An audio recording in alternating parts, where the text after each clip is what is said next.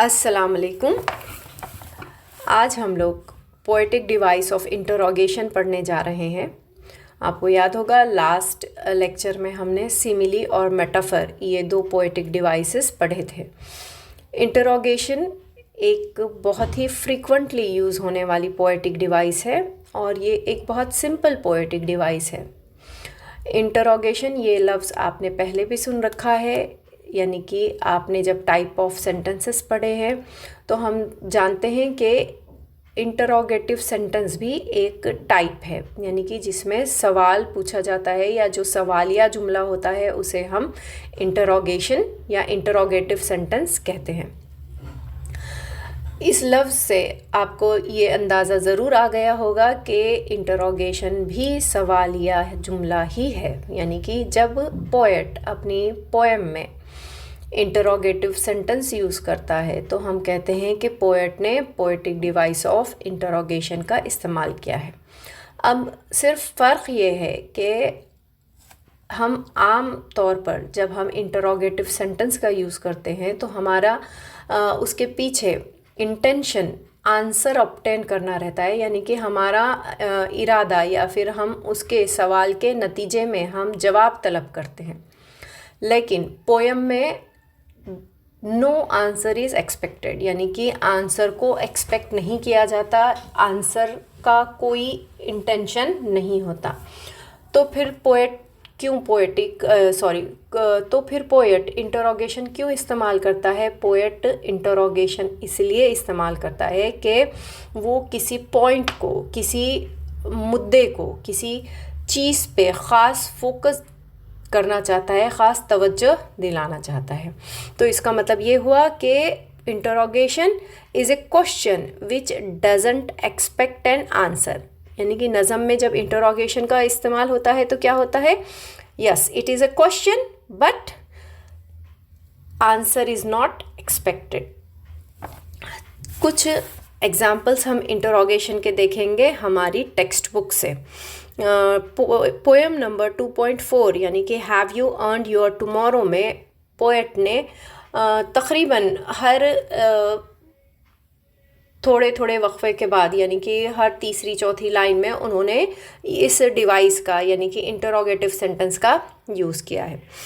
अब आपको ये याद रखना होगा कि यहाँ पे जब पोएट इंटरोगेटिव सेंटेंस या इंटरोगेशन का इस्तेमाल करता है तो answer is not expected, but in order to focus on a point, yeah, in order to show some importance to a particular thing, this type of sentence is used. यहाँ पे हम देखेंगे कि पोएम में राइटर कह रहा है, does anyone remember that you spoke him today?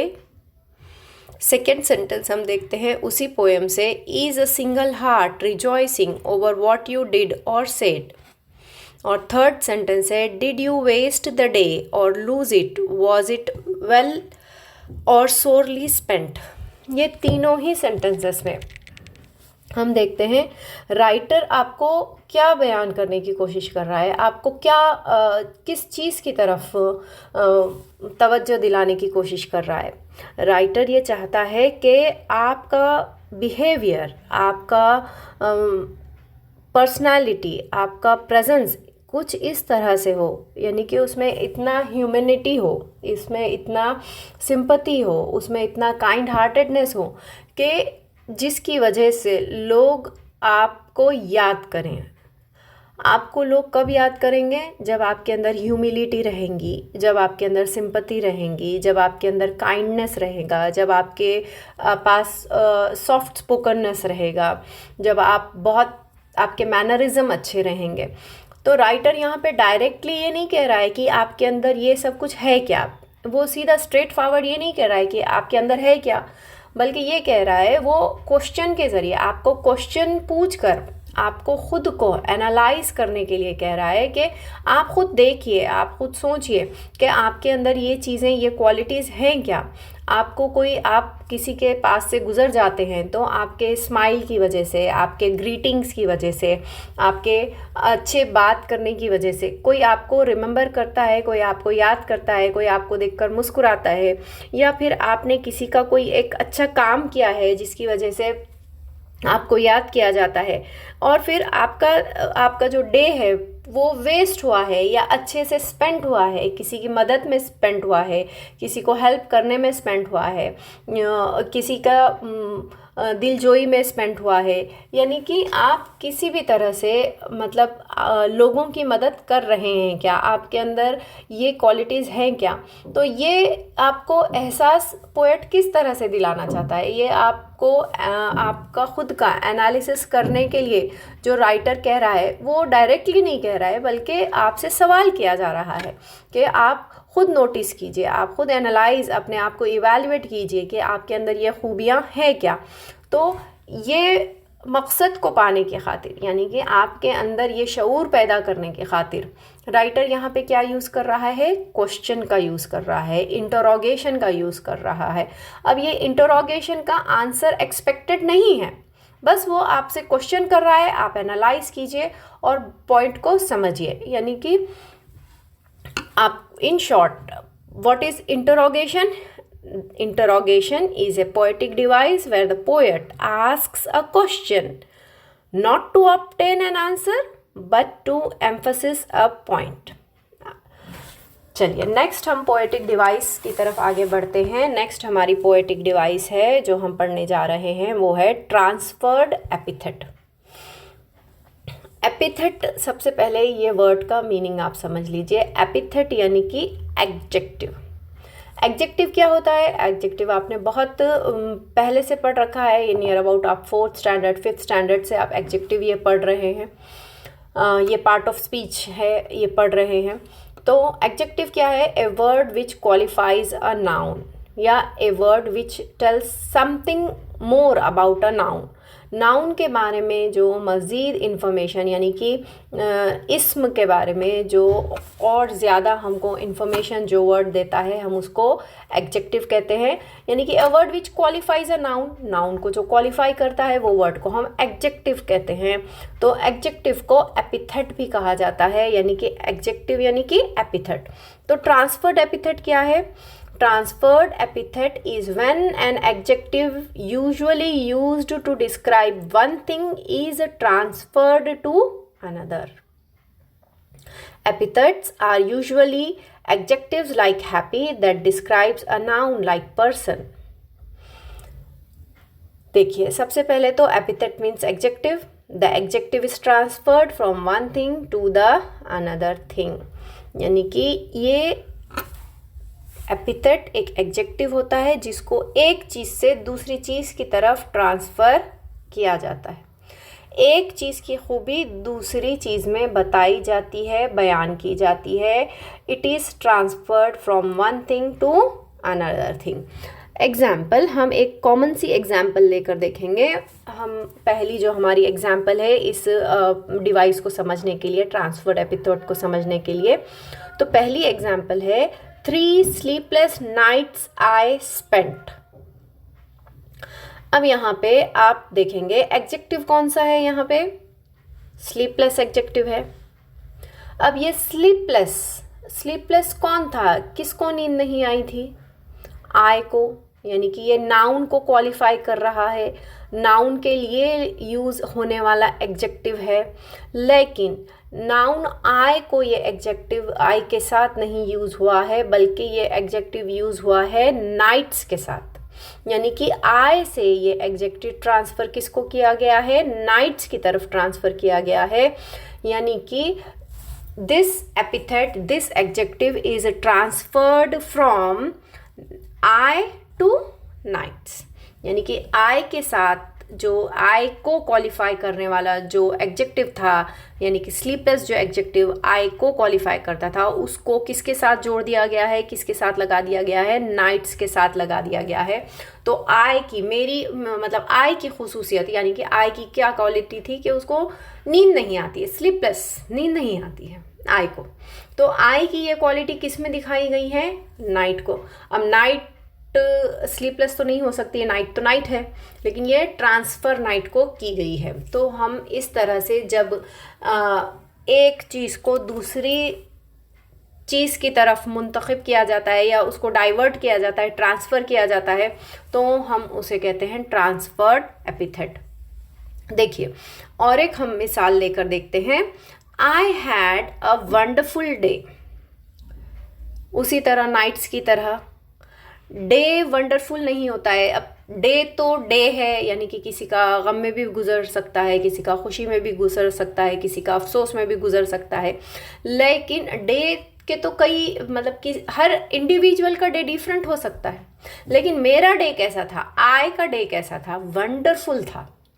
लेकिन इस आई के वंडरफुल डे को किसकी तरफ ट्रांसफ़र किया गया है, आई के वंडरफुल को किसकी तरफ ट्रांसफ़र किया गया है, डे की तरफ। डे को बना दिया गया है वंडरफुल को, यानी कि डे को वंडरफुल बना दिया गया है। तो यानी कि कहाँ से कहाँ ट्रांसफ़र हुआ है, ये जो वंडरफुल आई के साथ था, यानी कि आई के लिए जो चीज़ वंडरफुल थी वो डे को लगा दिया गया है। यानी कि here the day is not in itself wonderful. The speaker had a wonderful day. The epithet wonderful actually describes the kind of day the speaker experienced. Wonderful day किसका था, आई का डे वंडरफुल था, आई का डे वंडरफुल था। लेकिन इसको transfer कहाँ किया गया है, आई से वंडरफुल को ट्रांसफ़र किया गया है डे की तरफ। तो ये बन गया ट्रांसफर्ड एपिथेट, यानी कि इस एडजेक्टिव को, the adjective is transferred from one thing to another thing. उसके बाद हम एक नेक्स्ट एग्जाम्पल देखते हैं। The cruel bars in prison are the cruel bars. Cruel bars यानी क्या, सलाखें। किसकी सलाखें, सलाखें कहाँ होती है, सलाखें बोलने के बाद हमको जहन में मंजर आता है वो जेल की सलाखें हैं, प्रिजन की सलाखें है ना। तो अब ये जो प्रिजन के जो बार्स हैं ये इनएनिमेट ऑब्जेक्ट हैं, यानी कि ये जो क्रूएल होना यानी कि जालिम होना, ये जालिम होना किसकी क्वालिटी है, इंसान यानी कि ह्यूमन क्वालिटी है। इंसान जालिम हो सकता है, हाँ जानवर भी जालिम होते हैं, यानी कि एनिमेट चीज़ यानी कि जो जानदार चीज़ें हैं, जानदार चीज़ की क्वालिटी है to be cruel, to be honest, to be true, to be sympathetic. तो ये इंसान की क्वालिटीज़ हैं। लेकिन ये क्वालिटी किस में दिखाई जा रही है, ये क्वालिटी दिखाई जा रही है बार्स में, यानी कि जेल की सलाखों में दिखाई जा रही है। तो यहाँ पे the bar in prison are inanimate object and therefore can't be cruel. The person who installed the bars is cruel. जिसने जो जेल बनाई है वो जालिम हो सकता है, जेल में सलाखें लगाने वाला जालिम हो सकता है, या जेल का निगरानकार जो जुल्म करता है वो जालिम हो सकता है। लेकिन जो शख्स जेल को चला रहा है या जेल को बना रहा है, उसका जुल्म, उसकी ज़्यादती, उसकी ये क्वालिटी, उसका ये एडजेक्टिव किस में दिखाया जा रहा है, बार्स में दिखाया जा रहा है। बार तो लोहे की इनएनिमेट थिंग यानी कि बेजान चीज़ें हैं, सलाखें हैं, बार्स तो क्रूअल नहीं हो सकती। लेकिन ये जो जुल्म करने वाला शख्स है या जो जेल बनाते हैं या ये जो जेल है, इसके अंदर रहने वालों के ऊपर जो जुल्म करने वाला है, उसकी जो जुल्म करने की क्वालिटी है वो किन में दिखाई जा रही है, किसको ट्रांसफ़र की गई है, वो बार्स की तरफ ट्रांसफ़र की गई है। तो यानी कि यहाँ पे भी एपिथेट को ट्रांसफ़र किया गया है। The quality, the cruelty is transferred from jail to the bars. Next example हम टेक्स्ट से देखते हैं। टेक्स्ट में भी हमें इसका एग्जाम्पल नज़र आता है। Poem number 2.1 song of the open road में हम ये ट्रांसफर एपिथेट का यूज़ देखते हैं। पोएम नंबर 2.1 में एक वर्ड आया है क्यूरेलस क्रिटिसिज्म। अब क्रिटिसिज्म जो है वो है तनकीद। क्यूरेलस क्रिटिसिज्म यानी कि ये क्रिटिसिज्म, अब क्रिटिसिज्म अपने आप में क्यूरेलस नहीं हो सकता है, बल्कि जो तनकीद करते हैं वो लोग हो सकते हैं। तो तनकीद करने वालों को ये एडजेक्टिव क्यूरेलस नहीं लगाकर किसको लगा दिया गया है? क्रिटिसिज्म को लगा दिया गया है। तो यानी कि यहाँ पे भी ट्रांसफ़र ऑफ एपिथेट किया गया है। नेक्स्ट पोएम में हम फिर से देखते हैं 2.5 इस पोएम में फादर रिटर्निंग होम में हम इसके दो एग्जाम्पल्स पाते हैं। Fade homeward through the humid monsoon night. अब यहाँ पर कहाँ से कहाँ ट्रांसफ़र हुआ है?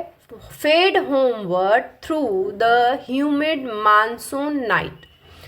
ह्यूमिड ये कौन हो सकता है? ह्यूमिड मौसम होता है, यानी कि जो एकदम गर्म और चिपचिपापन, जिसको हम ह्यूमिडिटी कहते हैं। जब मौसम बहुत गर्म होता है और उसमें एक चिपचिपापन, उसमें नमी जब आ जाती है गर्म मौसम में, तो हम उसको कहते हैं ह्यूमिडिटी, ह्यूमिड। तो ह्यूमिड कौन है? मौसम ह्यूमिड है। लेकिन यहाँ पे मौसम को ह्यूमिड नहीं बताया जा रहा है, बल्कि नाइट को ह्यूमिड बताया जा रहा है। Humid monsoon night.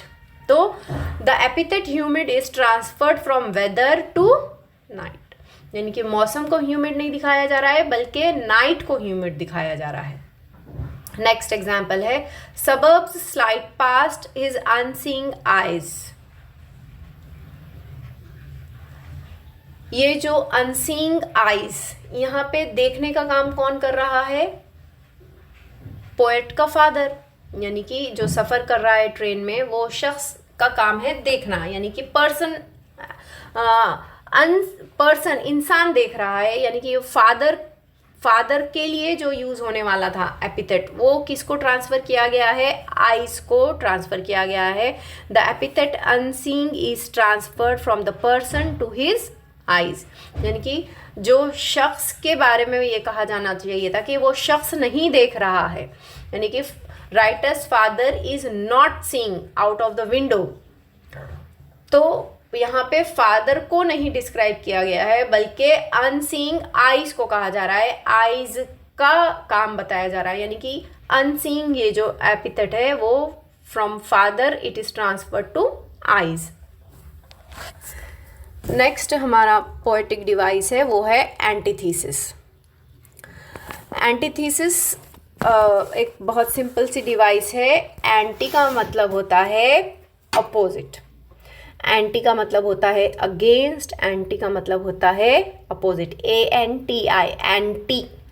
आपने कई बार ये वर्ड सुना होगा, antibiotic, anti corruption, anti money. ऐसे एंटी जिसमें एंटी वर्ड यूज़ होता है, एंटीसेप्टिक, एंटी इन्फ्लेमेटरी, यानी कि एंटी जो वर्ड होता है उसका मतलब होता है अपोजिट या अगेंस्ट। यहाँ पे एंटीथीसिस, एंटी से बना है पोएटिक डिवाइस एंटी।